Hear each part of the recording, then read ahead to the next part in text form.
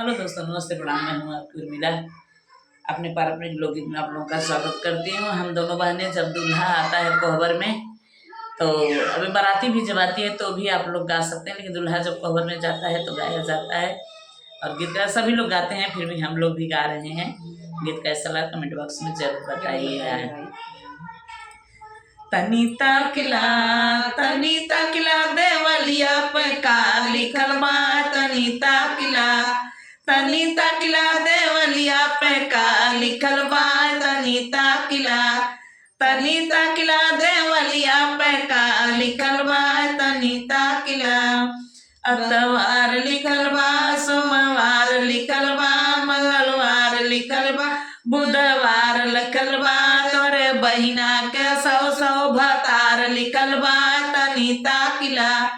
तनीता किला देवलिया पे का लिखल बा। तनीता किला अठन्नी चवन्नी डबल पैसा, दूल्हा के बहिनी के ऊपर कूदल भैसा।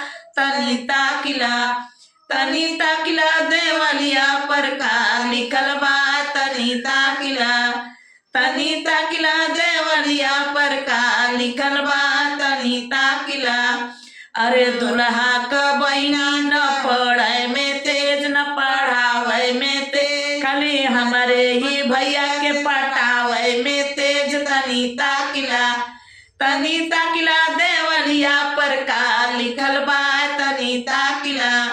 तनीता किला देवलिया पर का लिखल बा। तनीता किला अतवार लिखल बा, सोमवार लिखल बा, मंगलवार लिखल बा, बुधवार लिखल बा।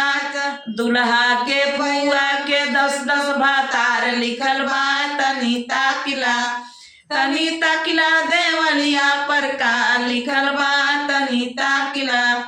तनीता किला देवलिया पर का लिखल बा। तनीता किला अठन्नी चवन्नी डबल पैसा, दूल्हा का फुआ लेके सूता डबल पैसा।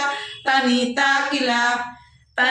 किला देवलिया पर का लिखल बा। तनीता किला अरे दूल्हा का बुआ न पढ़े में तेज, न पढ़ावे में तेज, खाली गाँव का लवंडा पटावे में तेज। तनीता किला देवलिया पर का लिखल बा। तनीता किला देवलिया पर का लिखल बा। तनीता किला देवलिया पर का लिखल बा। तनीता किला अतवार लिखल बा, सोमवार लिखल बा, मंगलवार लिखल बा, बुधवार लिखल बा। दूल्हा के माई के 10 भतार लिखल बा। तनीता किला देवलिया पर का लिखल बा। तनीता किला देवलिया पर का लिखल बा। तनीता किला अठन्नी चवन्नी डबल पैसा, दूल्हा का माई लेके सूते डबल भैसा।